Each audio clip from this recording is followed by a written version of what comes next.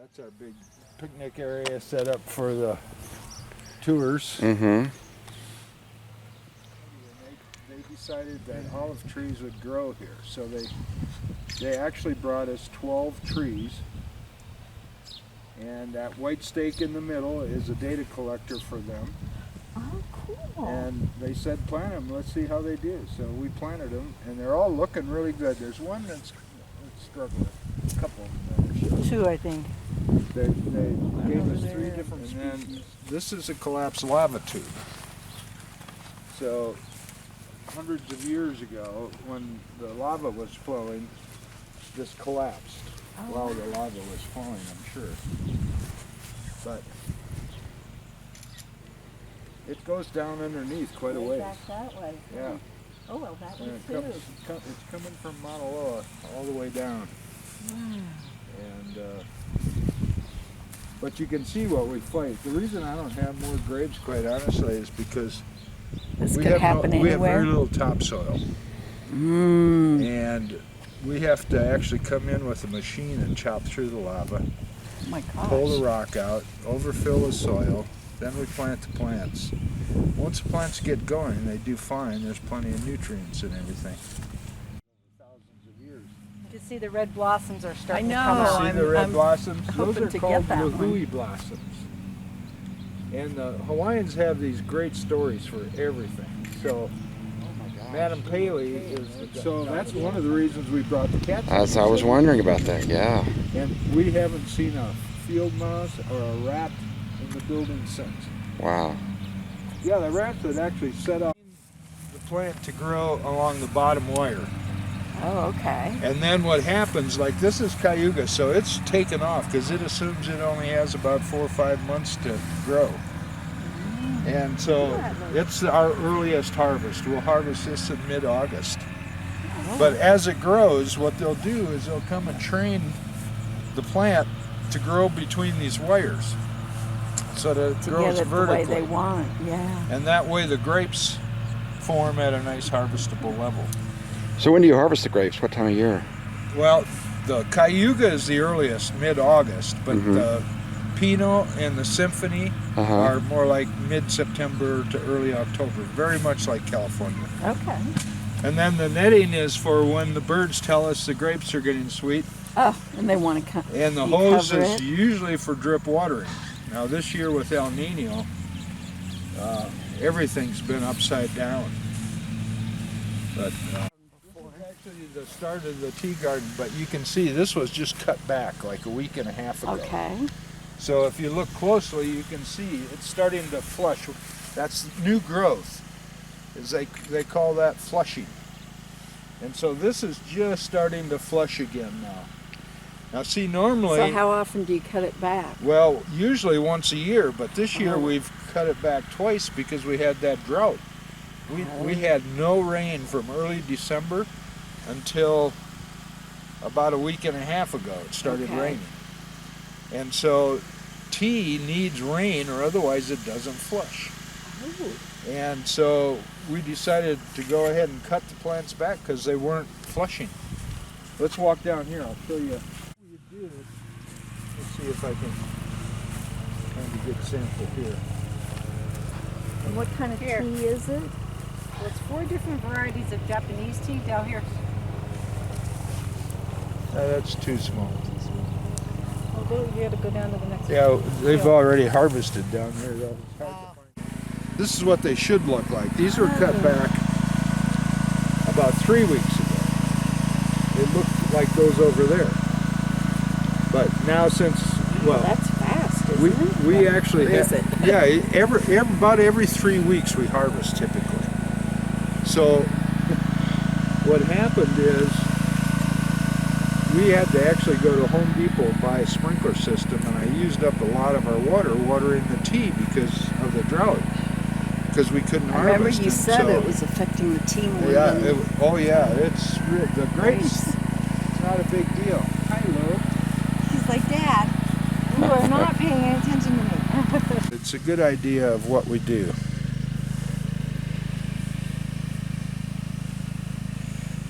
So Mary Ellen, what we do is we actually go through and harvest Now it'd be much bigger because normally you can imagine these leaves, it's much bigger, but we would actually harvest just that unopened leaf. Oh. That's called silver needle tea. Okay. And then if you take the first leaf with it, so you take that Those plus the two. first leaf, that's white tea. Oh, okay. Okay. The next leaf down is green tea. Uh-huh. You So have to have all that three would be, you components. got to have all three. And then the next leaf down is black tea. It'd Oh. normally be this size, Oh, okay. okay? When it's More really, mature. yeah, flushed out. I just couldn't find a good sample. But, and then you can actually go all the way down the plant for black tea as long as the leaf is still soft and pliable. Mm. Because what you do is, for our white tea and silver needle tea, and the green tea and the black tea, you lay it out in the sun for about an hour to an hour and a half, just until it starts wilting. And then for our white and silver needle tea, we just move it inside and just let it dry. In fact, we have some drying now. I'll show you when we go back. For the green tea and black tea, in the tea world, they call it fermentation. It gets fermented. Okay. But it's really a roasting, drying process. It's not fermentation like wine. Oh, okay. It's really kind of just a drying, roasting process. And the other thing about tea is, remember the health of tea. It's very healthy for you. Yeah. The health green comes from especially. antioxidants. Right.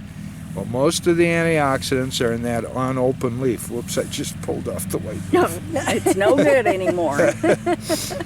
But, and then as the leaf gets older, it gains caffeine and loses antioxidants. Oh.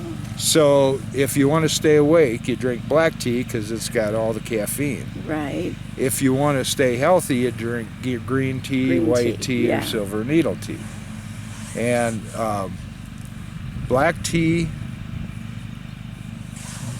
needs the whole growth. When you harvest black tea or green tea, you need to take all those leaves up above, or otherwise it's not good retail black tea. Oh, okay. Because you would lose the antioxidants. You need all those other leaves because Uh-huh. they're providing the antioxidants, even for black tea.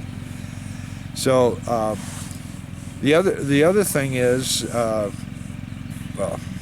our white, this past November they had the first ever tea tasting competition, just like wine tasting. Yeah. Go I through, never heard that. because tea, the real aficionados of tea, they're like wine aficionados. Yeah. And particularly the Taiwanese, they're probably the most critical. But China thinks they have the best tea. Japan thinks Sure. they have the best tea. Well, we started in the tea business because the U.S. Department of Agriculture said, we are importing all this tea. Americans are finally catching on to the health of tea and stuff and drinking more and more tea. We need to start growing tea in the U.S. Right. So they put up a lot of matching grants. So basically what we invested, the U.S. Department of Agriculture matched. Oh, nice. And that's how we got into tea. Wow.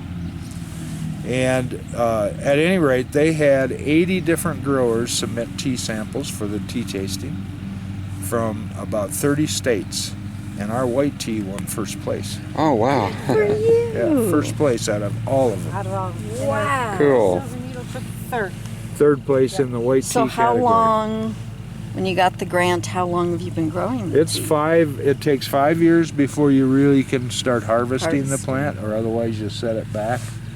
And so we planted it in 2006, I'm going to say. about 10 And years. really 2011 is when we started harvesting. We started offering tea in the retail room. Right. 2000, right after we came, so 2012. Okay. And we sell out of it. And we sell out of everything. Everything we harvest, we sell. Particularly this year, we saw, and We ran out. we had these Capole-kind tours coming, and they were buying it like crazy. And in You're like, January, "I only have so much." January we sold, I think, close to $4,000 worth of tea. Wow. And but we weren't able to harvest, so were totally sold out in February. Wow. And so March we had no tea to sell. Now finally, because we started watering this came up, and that's why we waited to cut those back. But now we're harvesting like crazy. We're just trying to catch up with Which you didn't have in March, right? So we got white tea and black tea for sale again, and it's starting to sell. We're even getting orders online of people who came on the tour, and we were sold out. Right.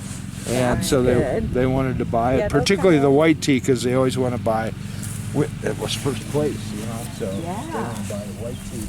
So we got 6 orders yesterday. 6 packages. We've never seen it. This one, all of a sudden, it opened up and it was really ugly. It looked Looked like it was. and now all of a sudden these shoots came shooting out. And these are really pinchy, but these are really soft. These ones are really soft and quite beautiful. I'm not going to break it off. But if you could see, So these are prehistoric plants, huh? yeah, how they continues, yeah. How cool is that?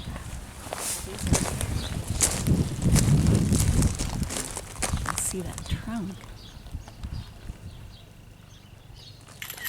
That's amazing. That's cork. It is. The cork tree. And the cork tree. And the kids love the climate. All the kids. Oh, don't you know? This is the championship tea being dry. Best white tea in the U.S. Best white tea in the U.S., growing in the U.S. This is that silver needle that I was showing. you. very top. The very top. So Yeah, that's what Del was saying, that some people have been waiting, so Yeah. yesterday. I thought we'd get a few pages and it was filled with. This'll fill what you got, what you need, and then a little extra. We're gonna be out, there's a ton of it out there, so we'll be out next week again, and the week after, so. Well, hopefully we'll get some healthy people back to help you. Yeah. You do what? You produce a bottle 45,000? 45,000 a year, yeah. And we were actually up to 60,000 back in 2008, before the economy collapsed. When stock was still there, we were up to 60,000. We built this room next door just to handle complete automated bottling, because we were going to invest in a bottling line. Oh, right. Well, then the economy collapsed. And people quit coming to Hawaii. We dropped down to 30,000 or 30,000 bottles. So luckily I haven't pulled the trigger on the automated bottling line. So, but now we're back up to about 45,000 bottles a year, and That could be your future sometime. I'm hoping next year or so, at the rate we're growing, maybe I'll be able to make use of that room for what it was intended. But basically everything starts in this big stainless steel tank, and that big motor in the top drives a big blade on the bottom. So you put the grapes, or we make honey wine, you put the honey, or the fruit for our fruit wines. That all starts in that tank. You add the yeast, and that starts the fermentation. And basically, Alex is watching the alcohol level, acidity, residual sugar, a bunch of other things. When he's happy with it, he moves it into these polyethylene tanks. And you'll notice all those tanks have 2 valves, a high valve and a low valve down at the bottom. Yeah. So 95% of the filtering of wine is done just by giving it time for everything to settle. So the skins, the seeds, the unused fruit, that all settles down to the bottom. You pull the wine out of the top valve, clean the vat using the bottom valve. That's called racking. They'll do that several times until the wine is very pure. In fact, some vintners don't even filter it after that. They'll just take it as it, because you lose a lot of the fruitiness and stuff if you pull too much of that stuff out. But people don't like to see, like our Cayuga White, we don't filter it. And you can see it's a little cloudy, but if you filter it, you take everything that tastes good out of it. That's just the Cayuga grape. Doesn't have that much fruitiness up front. Anyway, Okay. So we just decided it's as good as Get it's the going to get. taste We're you not going want. to take it Yeah. down. We're going to take it out. So basically, they'll rack it a couple of times until it's really nice and pure. And then that rectangular unit back there, it has hangers on it. Yeah, the stainless steel one there. That has hangers on it. You put filters, these filters that are sitting up here, you put those on hangers and you just force the wine through it. So that's the final filter. And then goes back in the tanks for aging. Now fruit wines are as good as they're going to get the day you make them. So you don't put them in your cellar and expect them to get better in 2 years. They're not. You drink them. Yeah. That's the beauty of fruit wine. Now we do the blends because it gives it much better shelf life. So we always blend our fruit with grapes. And our Pinot Noir we age for 2 years before we release it. 6 weeks of those 2 years are spent in the 30-gallon oak barrels. Those are French oak, medium toast barrels. And we just rotate the wine through it. You only, for Pinot, you only need 6 weeks of oak because the very light skins, they're a very light-skinned grape. Right. You can over-oak it very easily. Most Pinots, if you taste that oak, you've really ruined the Pinot because the Pinot has all that nice fruitiness. That's what made it It very was popular. really good It's that you light gave us that first night. Yeah. Yeah. So you got to be careful because you can over oak it very easily. So then once it's ready to bottle, you take this wooden table. They set a 50-gallon stainless steel tank on top of it just to get some height, and then let gravity feed 6 bottles at a time. So it fills up to 6 bottles. The corks go on top here. They funnel down. This is a compression unit. The cork falls into that little black hole, gets compressed. Yeah. And then when he shoves the bottle in here, it hits this latch, ka-chunk, the cork goes in. Cool. 1 bottle at a time. Oh man. So these guys will, when they bottle, they'll start early in the morning. There's 4 of them.